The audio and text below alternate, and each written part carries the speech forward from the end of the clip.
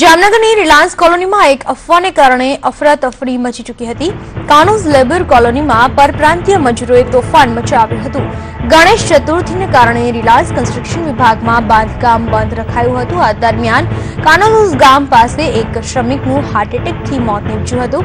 જો કે આ શ્રમિકનું વાહન અકસ્માતથી મૃત્યુ થયું હોવાની અફવાએ વિસ્તારમાં અરાજકતાનો માહોલ છવાયો હતો। રોષે ભરાયેલા લોકોએ વાહનો સળગાવ્યા હતા। પરિસ્થિતિ વણસી જતા પોલીસની મદદ લેવી પડી હતી। પોલીસે ટોળાને વિખેરવા માટે ટીયર ગેસના સેલ છોડ્યા હતા અને હવામાં ગોળીબાર કર્યો હતો। પોલીસ ગોળીબારમાં એકનું મોત નીપજ્યું છે જ્યારે કે 2 લોકો ઘાયલ થયા છે।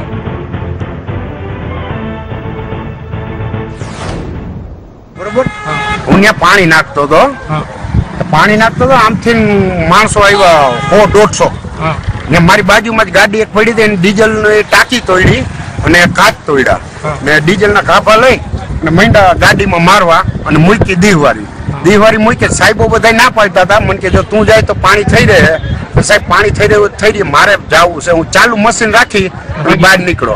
અંદર કેટલી ગાડીઓ છે? ઉપર 1 મિનિટ। અંદર 300-350 ગાડીઓ છે। તો કેટલાને આગ લગાડી છે? બધાય ટોટલ એકય નથી બાકી રહ્યા। કેટલા વાગ્યાથી ચાલુ છે? આ 12:15 નું ચાલુ થયું। હું બહાર જે જમવા અહીંયા હોટલ આવ્યો ને ત્યાં ચાલુ થયું। હું જમીન જે મેન ગેટે ગયો ને ટેન્કર લઈને પાણીનો, તો ત્યાં બધા સિક્યુરિટી ગેટ બંધ કરી દીધો અને બહાર નીકળી ગયા। અને મને કે કેમ જાવ? મેં સાહેબ મારે LC9 માં જાવ। મને કે આ ગેટે કઈ જગ્યાએ બનાવ છે?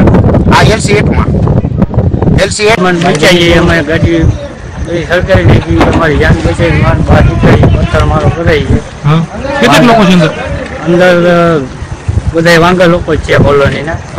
તો અમને ડ્રાઈવરે પોલીસ સાથે લઈ ગયા, પછી ગાડીઓ બહાર કાઢવા દીધી। કેટલી ગાડીમાં તોડફોડ, કેટલી ગાડી સળગાવી હશે? 70-80 ગાડી સરકારી લઈ ગઈ।